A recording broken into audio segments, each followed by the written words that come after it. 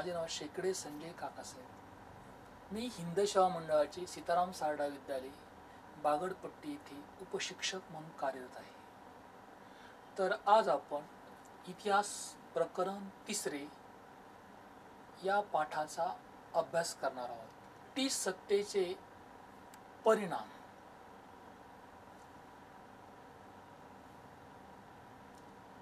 इंग्रज सत्तेचे भारतावर झालेले परिणाम कोणते होते, कशा प्रकारे होते याचा डिटेल्स आणि सखोल अभ्यास आपण करणार आहोत। यातला मुख्य मुद्दा आहे ब्रिटिश ईस्ट इंडिया कंपनी स्थापना।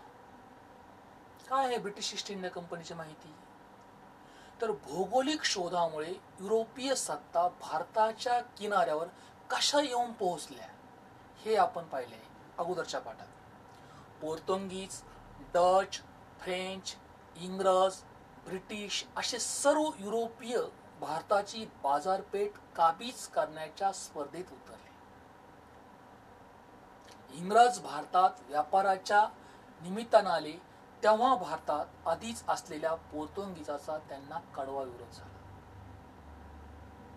नंतरच्या काळात इंग्रज पोर्तुगीज संबंध मैत्रीचे होऊन विरोध कमी झाला, परंतु भारतावर वर्चस्व प्रस्थापित करण्याच्या स्पर्धेत इंग्रज, फ्रेंच, डच या स्थानिक सत्ताधीशांच्या विरोधाला तोंड द्यावे।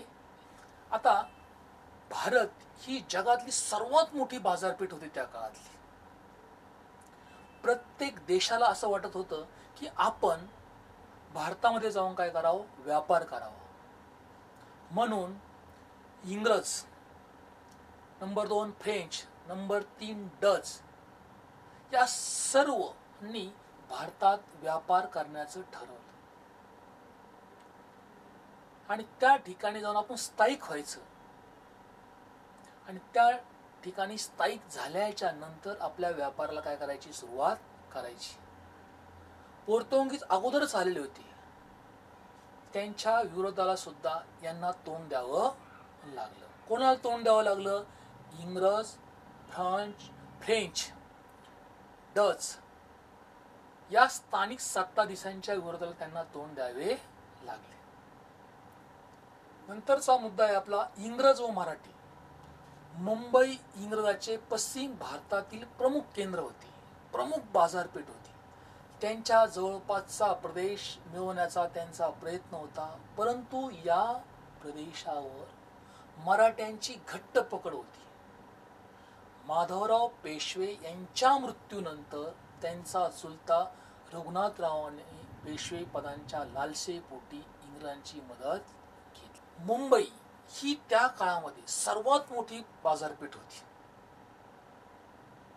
आणि या बाजारपेठेमध्ये व्यापार करण्याची, व्यवसाय करण्याची आपल्याला चांगली संधी मिळावी यासाठी इंग्रज खूप प्रयत्न करत होते।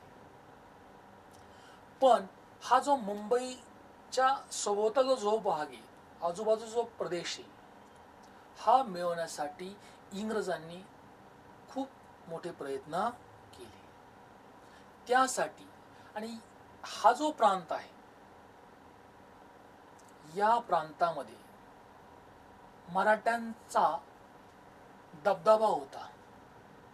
त्यांच्या अंडर, त्यांच्या आधिपत्याखाली हा प्रदेश होता।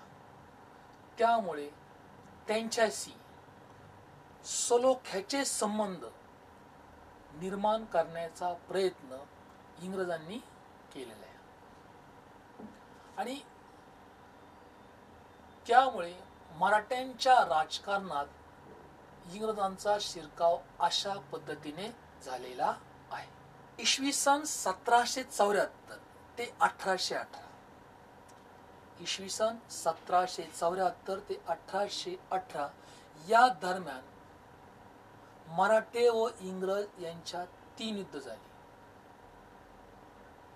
पहिल्या युद्धात मराठा सरदारांनी एकजुटीने, चिकाटीने इंग्रजांना तोंड दिले आणि त्यामुळे मराठ्यांची गायली सरशी झाली। तर हा जो वाद विकोपाला गेल्यानंतर मराठे आणि इंग्रज, फक्त आपल्याला बाजारपेठ काबीज करण्यात यावी ही लालसा इंग्रजांच्या मनामध्ये होती आणि त्याच्यामध्ये 1782 साली सालबाईचा तह होऊन पहिले इंग्रज मराठा युद्ध काय झालंय, संपलेले. सालबाईचा तह कधी झाला? 1782 ला. सालबाईचा तह कधी झाला? 1782 ला. जे पहिलं जे युद्ध झालं इंग्रज व मराठा हे कधी झालं? 1782 मध्ये. आणि त्यातच काय झाला? सालबाईचा तह झाला. आणि तो तह होऊन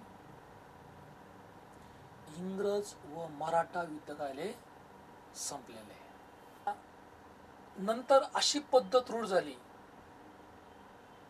ब्रिटिशांनी एक चाल खेळली. ती म्हणजे कोणती? तैनाती फौजा तयार करणे, लष्कर तयार करणे, आर्मी तयार करणे.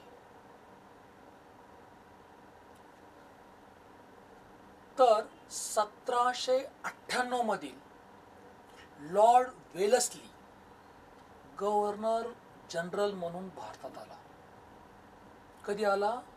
1798 मध्ये लॉर्ड वेलस्ली गव्हर्नर जनरल म्हणून भारतात आला. आणि सर्व भारतावर इंग्रजांचे वर्चस्व प्रस्थापित करण्याचे त्याचे धोरण होते.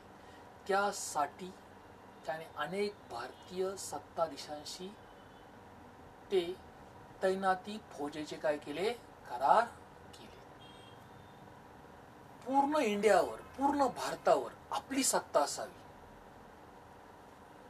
म्हणजे मूळ जे भारतीय सत्ताधीश होते त्या भारतीय सत्ताधीशांशी त्यांनी तैनाती फौजेचे करार केले.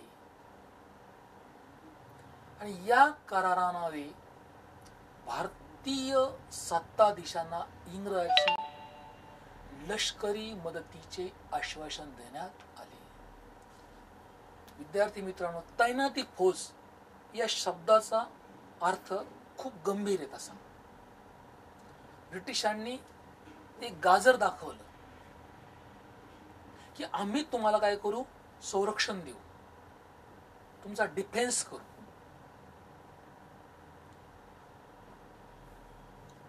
आणि जे भारतीय सत्ताधीश होते त्यांनी इंग्रजांच्या लष्करी जी मदत होती ती घेतली. आणि त्या मदतीमुळेच सत्ताधीशांना इंग्रजांच्या लष्करीचे मदतीचे आश्वासन काय झालं? देण्यात आलं. मात्र त्यासाठी काही अटी घातल्या गेल्या. त्या अटीमुळेच काय झाले? आपलं सर्व नुकसान झालेलं आहे. आम्ही तुमचं डिफेन्स करू, संरक्षण करू, सगळं करू, पण आमच्या काही अटी असतील त्या जर तुम्ही मान्य केल्या, ॲग्री केल्या, तरच आम्ही काय करू? तैनाती फौजेची नेमणूक करू आणि तुमचं संरक्षण करू. भारतीय राज्यकर्त्यांनी त्यांच्या राज्यात इंग्रजांचे लष्कर ठेवावे आणि या लष्कराच्या खर्चासाठी रोख रक्कम किंवा तेवढा उत्पन्नाचा प्रदेश कंपनीला तोडून द्यावा असं. आणि इतर सत्ताधीशांनी इंग्रजांच्या मध्यस्थीने संबंध ठेवायचे. तुम्हाला आम्ही फुकट काही लष्करी संरक्षण देणार नाही, त्याच्या बदल्यात आम्हाला तुम्ही लष्कराचा खर्च भागवण्यासाठी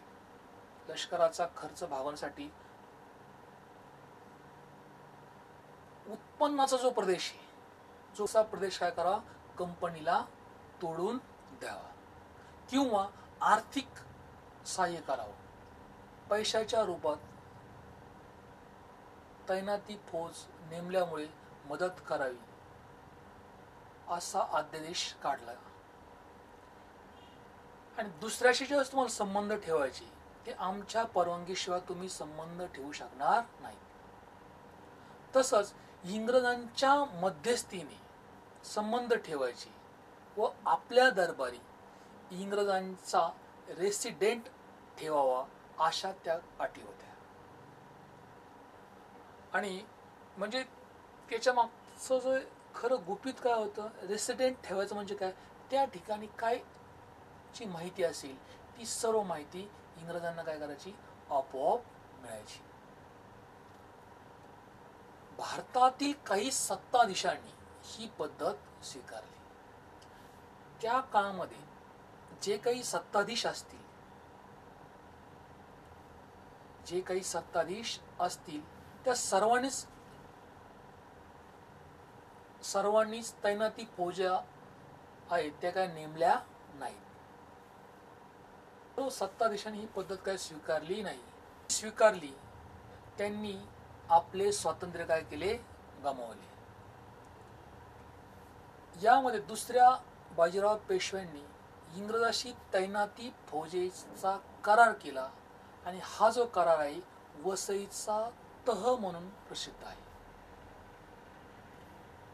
दुसऱ्या बाजीराव पेशव्यांनी इंग्रजांशी तैनाती फौजेचा करार केला आणि हा करार वसईचा तह म्हणून प्रसिद्ध आहे. वसईचा तह का म्हणून प्रसिद्ध आहे, तर त्याचं उत्तर वर आहे.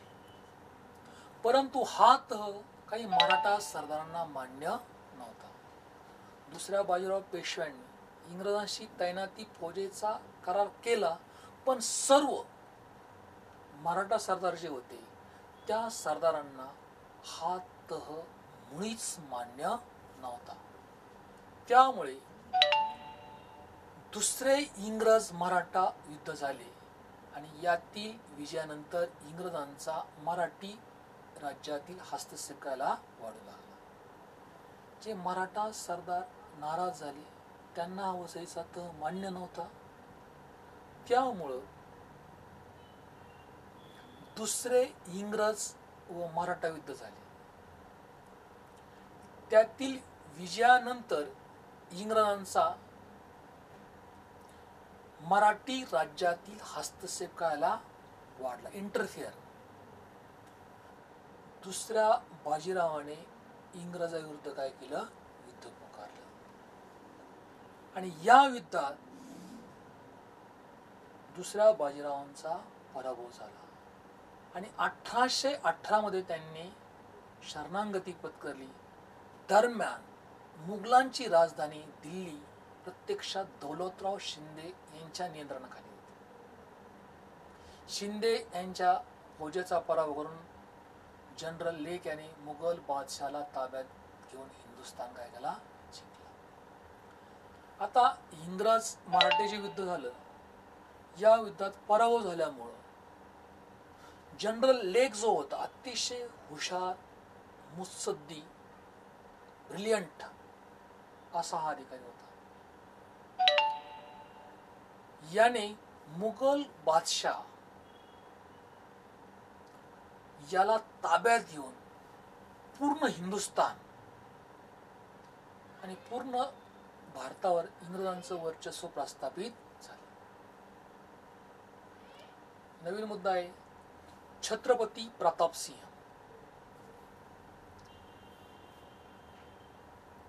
छत्रपती प्रताप सिंह पेशवाईंचा अस्त झाला तरी सातारचे छत्रपती प्रताप सिंह गादीवर होते. मुद्दा लक्षात येतं का? पेशवाईंचा अस्त झाला, पेशवाईंचा युद्धात पराभव झाला, तरी सुद्धा सातारचे छत्रपती प्रताप सिंह हे गादीवर होते आणि इंग्रजांनी छत्रपती प्रताप सिंह यांच्याशी तह करून ग्रँड डब या अधिकाऱ्याची त्यांना राज्यकारभारात मदत करण्यासाठी नेमणूक केली. ग्रँड डब अतिशय हुशार हा अधिकारी होता आणि प्रताप सिंहांना सातारच्या गादीवर बसलेले यांना राज्यकारभारामध्ये मदत व्हावी म्हणून ग्रँड डब या अधिकाऱ्याची त्यांना राज्यकारभारात मदत करण्यासाठी काय केली, ब्रिटिश गव्हर्नमेंटने, इंग्रज सरकारने नेमणूक केली. परंतु काही काळाच्या नंतर प्रताप सिंह यांना गादीवरून पदच्युत करून काशी येथे ठेवण्यात आले. कुठं ठेवण्यात आलं? प्रताप सिंह यांना काशी येथे ठेवण्यात आलं, पदावरून दूर केलं. अशा पद्धतीने भारतीय राजकारणात अतिशय सूक्ष्म दृष्टीने ब्रिटिशांनी काय केलं आहे, शिरकाव केलेला आहे.